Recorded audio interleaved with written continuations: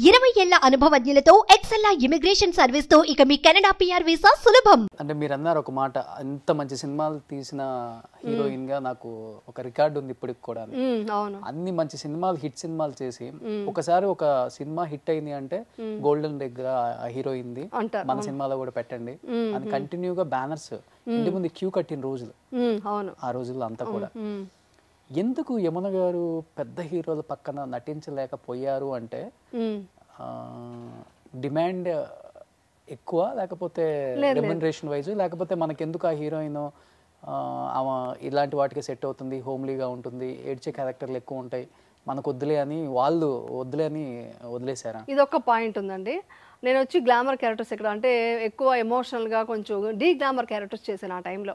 అంటే క్యారెక్టర్కు రియలిస్టిక్గా ఉండడానికి కోసమని మేకప్ లేకుండా ఇంకా డార్క్ చేసుకొని మేకప్ అంతా. అందుకే అంటుంటారు యమున గారు అప్పటికంటే ఇప్పుడు బాగున్నారు అంటారు. అప్పుడు నేను చేసిన క్యారెక్టర్స్ వల్ల నేను అలా ఉండేదాన్ని. సో దానివల్ల ఏంటంటే మన స్టార్ హీరో పక్కన యాక్ట్ చేయాలంటే కంపల్సరీ కొంచెం గ్లామర్గా ఉండాలి, కొంచెం అందంగా కనిపించాలి. సో అలాంటి ఇమేజ్ నేను క్రియేట్ చేసుకోలేకపోయాను. కాస్ట్యూమ్స్ కూడా అలాగే ఉండేది. చాలా డల్ శారీస్, ఎలా అంటే మామూలు శారీస్ని తీసుకెళ్ళి పౌడర్ అంతా కలిపేసి పెయింట్ డబ్బాలు అంతా వేసి అంతా పాడవ్వాలి, అలా పాడు చేసి తీసుకొచ్చి ఇచ్చేవాళ్ళు అనమాట. నేను ఇంకా అలా ఉంటే ఎవరైనా గ్లామర్గా ఎలా చూస్తారు, నన్ను అందంగా ఎలా చూస్తారు? సో క్యారెక్టర్స్ హిట్ అయింది, కానీ నాకు అలాంటి గ్లామర్ క్యారెక్టర్ అలా లేకపోవడంతో పెద్ద స్టార్డమ్ రాలేదు. ప్లస్ అది లేట్ అయిపోయింది. అంటే ఎప్పుడు ఒక సినిమా హిట్ అవుతాయి ఇమ్మీడియట్గా మనం అక్సెప్ట్ చేయాలి అనే సినిమాలు. అది నాకు తెలియకుండా లేట్ అయ్యేసరికి అప్పటికి నేను ఇలాంటి డీ గ్లామర్ క్యారెక్టర్సే బాగుంటుంది అని ఒక ఇమేజ్ క్రియేట్ అయిపోయింది. ఆ క్రియేట్ అవడంతో నేనేం చేయలేకపోయాను. ఒక మనిషిలో ఇన్ని యాంగిల్స్ ఎలా? మీరు అన్నారు ఎమోషనల్, సెన్సిటివ్, ఏదన్నా తట్టుకోలేను, ఏడ్ చేస్తాను, at the same time rebel. అవును, అదే ఒకప్పుడు. ఇప్పుడు కాదు, ఇప్పుడు ఏడవను. ఇప్పుడు అసలు ఏడవను. ఏడపంటే ఏడుపు, ఎమోషన్ లేకుండా మనిషి ఉండరండి. మనిషికి కోపం, ఎమోషన్, ఏడుపు, బాధ అన్నీ వస్తాయి. బట్ దాన్ని బ్యాలెన్స్ చేయడమే ఇంపార్టెంట్. అది నేను చేస్తుంటాను. ఎంత బాధ వచ్చినా కూడా దాన్ని ఎక్కడి నుంచి ఎలా ఓవర్కమ్ అవ్వాలి, అలా బయటకు వచ్చేయాలి. కోపం వచ్చినా కూడా ఆ కోపాన్ని నేను ఫ్యూయల్గా మార్చుకుంటాను. మీకు తెలుసా, కోపం ఎక్కువైంది అనుకోండి, ఆ రోజు సూపర్ పర్ఫార్మెన్స్ చేస్తాను నేను. చాలా బాగా వస్తుంది సీన్. అప్పుడు అందరూ అంటారు, ఓహో మేడం సీరియస్ గా ఉన్నారు కదా, అందుకే సీన్ సూపర్ గా వచ్చింది అంటారు. మీరు చూడండి, ఇంట్లో కూడా అంతే. మీరు కోపంగా ఉన్నప్పుడు పని ఎక్కువ చేస్తారు, చాలా ఇల్లు క్లీన్ అయిపోతుంది. బట్టలు ఉతికి అంతే, బట్టలు ఉతికి పడేయచ్చు అనమాట. మీరు ఎప్పుడైనా ట్రై చేయండి. చెప్పాలంటే సినిమాల కన్నా సీరియల్ చాలా కష్టం. చాలా కష్టం అండి, చాలా వర్క్ ఉంటుంది, నైట్ వర్క్ ఉండాలి. ఇప్పుడు కూడా షూటింగ్ చేసుకునే వచ్చాను నేను. స్పెషల్గా ఉండదు మాకు టైం స్పెండ్ చేయవు, ఎప్పుడు షూట్ లేనా. అది కూడా నేను వీడియో పెట్టాను ఒకసారి, పిల్లలు ఎలా పెంచాలి అని చెప్పేసి కూడా యూట్యూబ్ లో వీడియో పెట్టాను. మీరు వచ్చిన టైంలో చాలా మంది హీరోయిన్స్ ఏమైనా వస్తే మాకు చాలా కాంపిటేటర్ అవుతుంది, మనకు వచ్చే సినిమాలు కూడా అవకాశాలు అటు వెళ్తున్నాయి, డీ గ్లామర్ గా అటు ప్రేక్షకులని దగ్గరికి తీసుకుంటుంది. అట్ ది సేమ్ టైం మామగారు లాంటి సినిమాల్లో కూడా కొంచెం గ్లామరస్ గా కనిపించినా కానీ ఒక ఇదితో మొత్తం ఆఫర్లు తన వైపు వెళ్తున్నాయి అని మీ మీద కొంత జరిగిందని విన్నాను.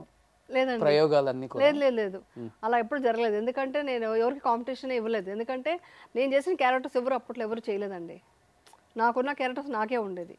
సో నేను ఇప్పుడు గ్లామర్ సైడ్, మీరు చెప్పినట్టుగా గ్లామర్ సైడ్ వెళ్ళి 10 సినిమాలు చేస్తుంటే, లేదా అలాంటి మూవీస్ స్టార్డమ్ ఉన్న హీరోస్తో యాక్ట్ చేస్తుంటే ఏమన్నా కాంపిటీషన్ ఉండేదేమో. నా సపరేట్ జోన్ ఉండేదన్నమాట. సో ఆ జోన్లోకి ఎవరు రాలేదు. సో అందుకని ఎవరు కాంపిటేటివ్గా ఫీల్ అవ్వలేదు, ఎవరు లేదు అలాగా. వాళ్ళు ఎవరే ఫీల్ అవ్వలేదండి యాక్చువల్లీ. అప్పుడప్పుడే అందరూ తక్కువ కొత్త వాళ్ళు వస్తున్నారు అప్పుడే అనమాట, అప్పుడే స్టార్ట్ అయ్యింది. సో ఎవరికి ఆ ఫీలింగ్ లేదు. సో దాసరి నారాయణరావు గారి సినిమాల్లో యమున గారు ఎప్పుడు ఉంటారు. అసలుకి పెట్టింది పేరు ఆయన సినిమాలకి యమున గారు అంటే. ఏంటి దాసరి గారు అండ్ యమున గారు అంత మంచి బాండింగ్ అంటే అటు అనుకోకుండానే ఆ సినిమా హిట్ అయింది కదండి, మామగారు. దాంతో ఇంకా ఆయన మామగారు గానో లేకుండా నాన్నగారులో కానీ ఆయన డైరెక్షన్ లో కానీ సినిమాలు ఎక్కువగా వచ్చాయి అనమాట. ఇప్పుడు ఇండస్ట్రీ ఎలా అంటే ఒక ప్యాటర్న్ లో ఒక సినిమా చేసామంటే అవే వస్తాయి అనమాట ఇంకా అన్ని. సో ఇప్పుడు నాగమ్మ చేశాను, తర్వాత అన్ని స్నేక్ సబ్జెక్ట్లే వచ్చాయన్నమాట. సో అలాగా ఆయనతో ఎప్పుడైతే ఆ సినిమా పెద్ద హిట్ కదా మామగారు, దాంతో ఇంకా అందరూ మామగారు దాసరి గారు కాంబినేషన్లో బాగుంటుంది, యమున గారు అయితే బాగుంటారు అనేసి అలా చేయడం జరిగింది. సో అదనమాట. బట్ ఈ కాంపౌండ్ ఆ కాంపౌండ్ అని ఉండదు అప్పుడు. అలా ఏం లేదు, ఏదైనా ఒకటే. అలాంటి కాంపౌండ్స్ అన్న ఫీలింగ్ ఎప్పుడూ లేదు అసలు. అది ఇప్పుడు వచ్చింది. అవునా? అది కూడా తెలియదు నాకు. ఇప్పుడు ఇండస్ట్రీ ఎలా ఉందో కూడా తెలియదండి, అస్సలు తెలియదు. టాక్సీ వాళ్ళు ఒకటే చేశాను ఆ సినిమాలో, అంతేగాని ఇంకా నాకు తెలియదు ఎలా ఉంటుంది అనేసి కాంపిటీషన్. మీరు టాక్సీ వాళ్ళ చేసిన తర్వాత ఆల్మోస్ట్ ఇంకా మూవీస్ కంటిన్యూగా చేస్తారని ఎక్స్పెక్టేషన్ పెట్టుకున్నారు కొంతమంది. అవును. అండ్ కొంతమంది మిమ్మల్ని కాంటాక్ట్ అయితే ఆల్రెడీ సీరియల్స్ చేస్తున్నారు కదా, షెడ్యూల్ బిజీగా ఉంటుంది, షెడ్యూల్ డేట్స్ ఇవ్వగలరా లేదా అని చెప్పేసి కొంతమంది కాల్ చేయడం కూడా ఇప్పుడు ఆపేసారు. అవునండి. ఏంటి అంటే సీరియల్స్ చేస్తే మూవీస్ చేయకూడదని అంటే షెడ్యూల్ మీకు సెట్ అవ్వదా? యాక్చువల్లీ టాక్సీ వాళ్ళకు కూడా నాకు డేట్స్ లేవు. డైరెక్ట్గా పట్టుబట్టి వాళ్ళు ప్రొడక్షన్ సైడ్ నుంచి కూడా పట్టుబట్టి మీరే ఆ క్యారెక్టర్ బాగుంటారంటే వాళ్ళు నైట్ షూటింగ్ చేసాము. ఈవినింగ్ వరకు షూటింగ్ సీరియల్ చేయడం, ఈవినింగ్ వెళ్ళి నైట్ షూటింగ్ 1 o'clock వరకు చేయడం, మళ్ళీ మార్నింగ్ వెళ్ళి మళ్ళీ సీరియల్ చేయడం, అలా చేశాను. 1 day మాత్రమే నేను ఫుల్ ప్రెజెడ్గా చేశాను అనమాట టాక్సీ వాళ్ళ. అలా అందరూ కోఆపరేట్ చేయరు కదండి. ఇప్పుడు నేను అలాగనుకో నేను ఇప్పుడు సినిమా కోసం సీరియల్ వదులుకోరాను అనుకోండి, నాకు ఇప్పుడున్న ఒక ఇది ఉంది కదా, ఇంట్రెస్ట్ ఉంది కదా, నాకు సీరియల్స్ యాక్ట్ చేసినప్పుడు చాలా ఇంట్రెస్టింగ్గా ఉంటుంది, మెయిన్ నాదే కీ రోల్ ఉంటుంది.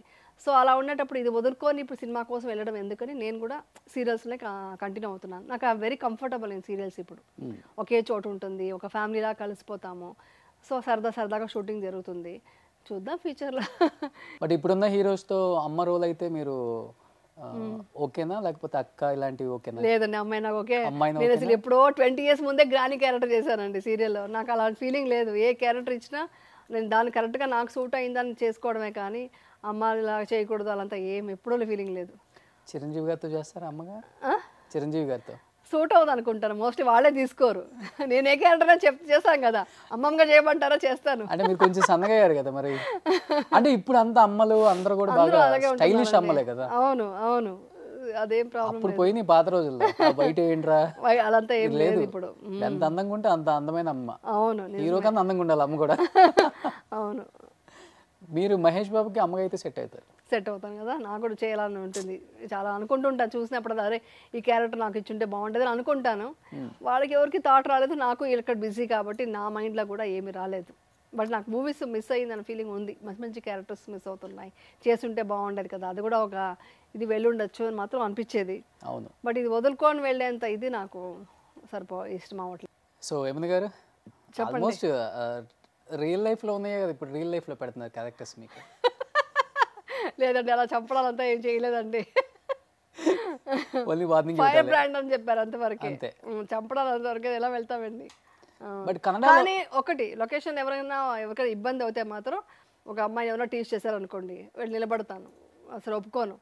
నా లొకేషన్లో చాలా డీసెంట్గా మాట్లాడాలి, అదొకటి మెయింటైన్ చేస్తాను. సినిమా ఇండస్ట్రీ ఎలా ఉందో నాకు తెలియదు కానీ మా సీరియల్స్ విషయంలో ప్రొఫెషనల్గా ఉండాలి, డిసిప్లిన్గా ఉండాలి, తర్వాత ఏదంటే అది మాట్లాడకూడదు, అది నేను మెయింటైన్ చేస్తాను కాబట్టి అందరూ చాలా జాగ్రత్తగా ఉంటారు.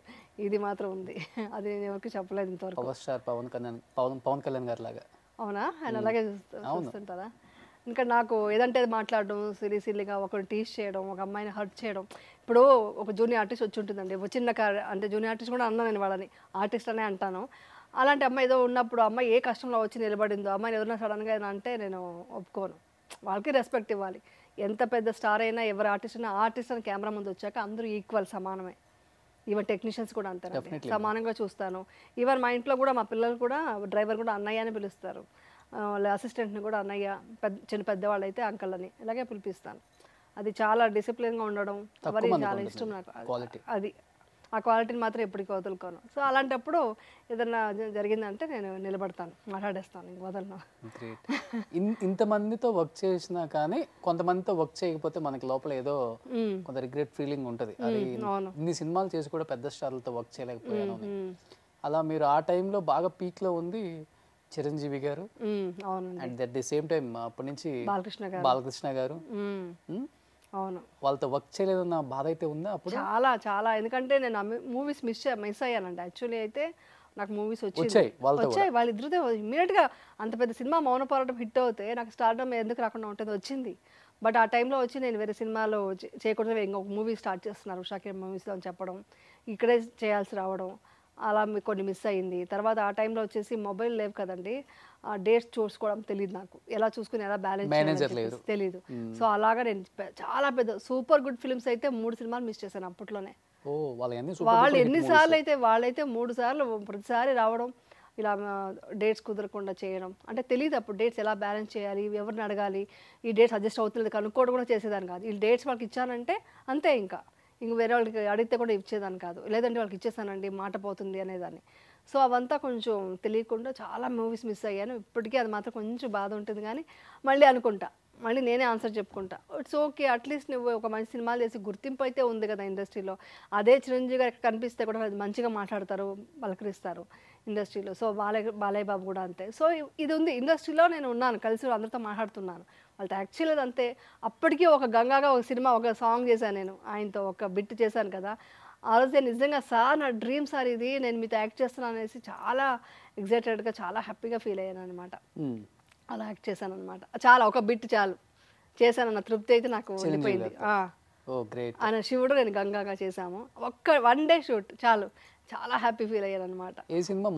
మంజునాథ సాంగ్ డాన్స్ చేశాను, ఆ చిన్న బిట్ చాలు చేశానన్న తృప్తి అయితే ఉండిపోయింది నాకు.